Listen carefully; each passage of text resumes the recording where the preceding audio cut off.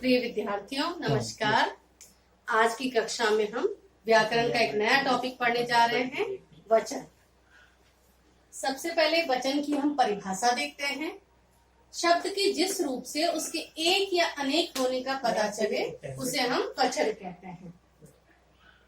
यहाँ पर वचन हम अपनी भाषा में भी इसको जो है परिभाषित कर सकते हैं, यानी कि शब्द के जिस रूप से उसके एक या एक से अधिक होने का पता चलता हो उसे हम वचन कहते हैं।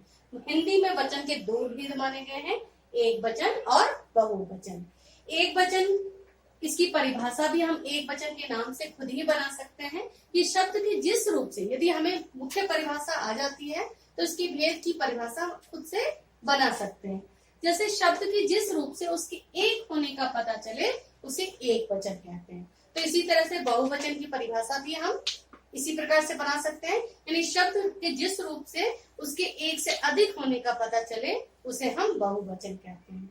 तो कुल मिला के सबसे पहले वचन किसे कहते हैं और वचन के कितने भेद होते हैं उनकी परिभाषाएं हमें पता होनी चाहिए।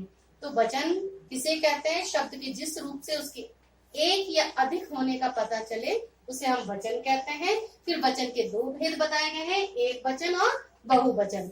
एक वचन में शब्द के जिस रूप से उसके एक होने का पता चलता है उसे हम एक वचन कहते हैं, और शब्द के जिस रूप से उसके एक से अधिक होने का पता चलता है उसे हम बहुवचन कहते हैं।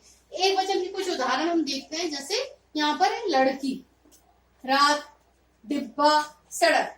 हम इन्हीं शब्दों का बहुवचन बना के देखते हैं। लड़की से यहाँ लड़कियां हो जाता है, रात से रातें, डिब्बा से डिब्बे, सड़क से सड़कें। तो इस तरह से आपने देखा कि एक वचन में यदि एक लड़की है तो उसके लिए हमने लड़की, और जैसे ही कई एक से अधिक है तो हमने कहा लड़कियां। ऐसी रात एक दिन के लिए, मतलब एक रात के लिए रात, और कई एक से अधिक हो जाते हैं तो फिर रातें। तो इस तरह से आपने देखा कि एक वचन जिसमें शब्द के जिस रूप से एक होने का पता चले एक वचन, और शब्द के एक से अधिक होने का पता चले तो उसे बहुवचन कहते हैं। अब मुख्य बात यह है कि हम वचन जो परिवर्तन करते हैं उसमें कई बार जो है ना वचन परिवर्तित करना नहीं आता है। तो वचन किस प्रकार से परिवर्तित किए जाते हैं उसके कुछ यहाँ पे नियम बताए गए हैं। यदि हम उन नियमों को ध्यान रखें तो हम आसानी से वचन को परिवर्तित कर सकते हैं, यानी एक वचन को बहुवचन और बहुवचन को एक वचन हम बना सकते हैं। तो इस तरह से सबसे पहला नियम मैं बताने जा रही हूँ कि आकारांत, यानी कि जिस शब्द के अंत में आ आए और विशेषकर पुल्लिंग शब्दों के अंतिम में आ आए तो वो जो है ए बदल जाता है। जैसे यहाँ घोड़ा तो घोड़े, लड़का तो लड़के, पंखा पंखे।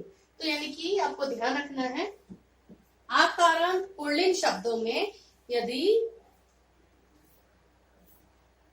उसको हमें परिवर्तन करना है, बहुवचन बनाना है, तो आ का ए हो जाता है।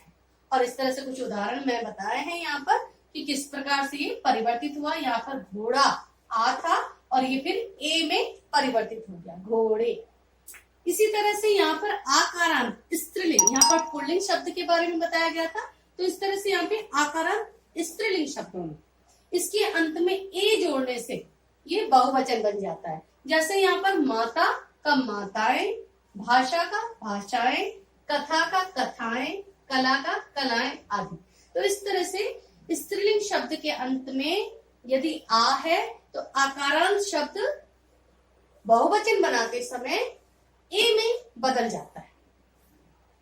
अब यहाँ पर ए जुड़ता है साथ में, मतलब आ ए में नहीं बदलता। जैसे यहाँ माता था तो इसके बाद ए लग जाता है, चंद्र बिंदु सहित ए लग जाता है। माता का माताएं, भाषा का भाषाएं, ये आपको ध्यान रखना है। यहाँ पर तो पुल्लिंग शब्द में आ को हम ए में बदल देते हैं बहुवचन बनाते शब्द वक्त, लेकिन यहाँ आकारांत स्त्रीलिंग शब्दों में हम ए जोड़ते हैं और फिर वो परिवर्तित हो जाता है बहुवचन में। तो यहाँ आपने देखा माता का माताएं, भाषा का भाषाएं।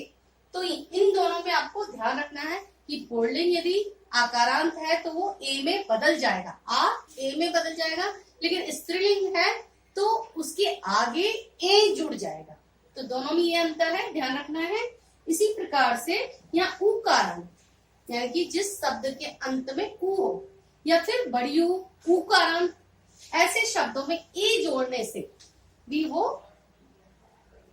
दीर्घ में उ को उ करने से, अब यहाँ पर साथ में दो है नियम कि शब्दों के अंत में ए जोड़ने से भी वो बहुवचन हो जाता है, और साथ में उकारांत शब्द में यदि अंत में उ है, यानी कि बड़ी उ की मात्रा है, तो वो छोटी उ में बदलने से भी बहुवचन हो जाता है। जैसे यहाँ पर उदाहरण दिया है बहु, आपने देखा है यहाँ बड़ी उ है, और ये जब हम परिवर्तित करते हैं तो उ का उ हो जाता है और साथ में ए जुड़ जाता है, तो बहु का बहुए, यहाँ पे धेनु का धेनुए।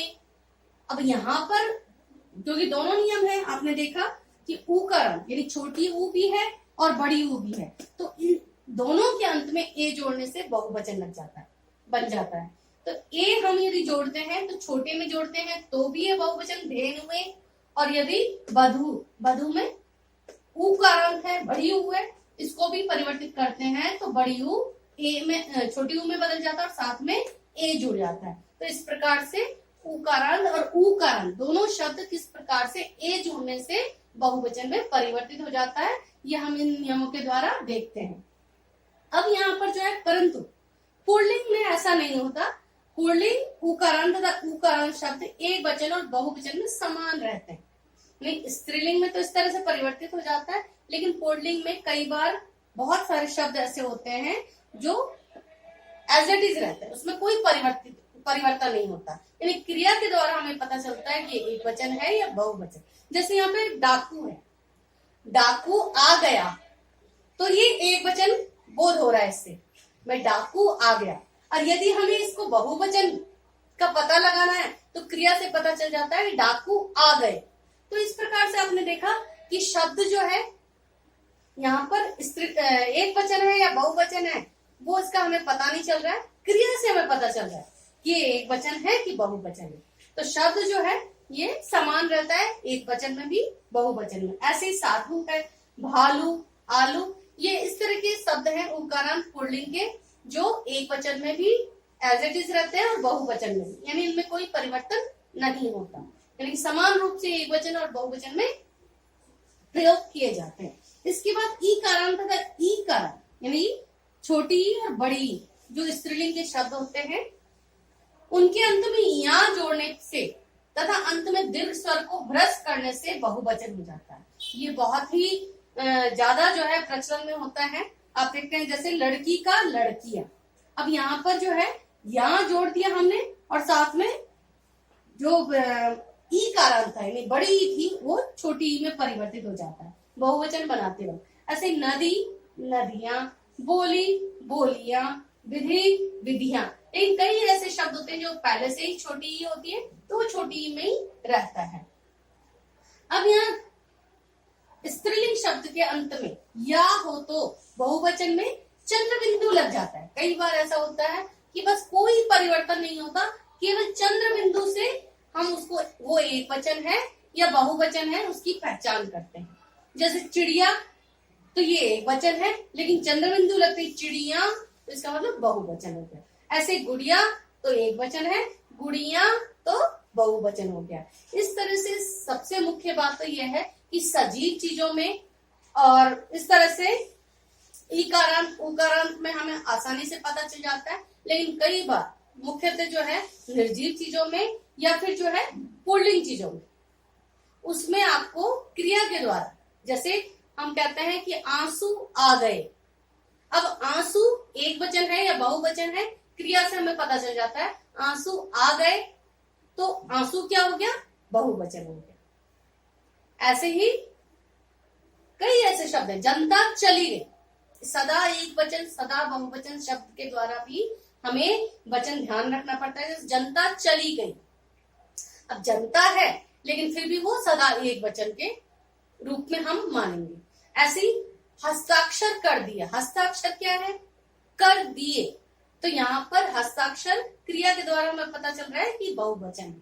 इसी प्रकार से जो है बहुत सारे ऐसे सदा एक वचन सदा बहुवचन शब्द हैं जिनको हम क्रिया के द्वारा उनके प्रयोग के अनुसार पता लगा पाते हैं कि वो एक वचन है या बहुवचन। बाकी सामान्य नियम हैं जिनके द्वारा हम इनको पता कर लेते हैं कि एक वचन है या बहुवचन।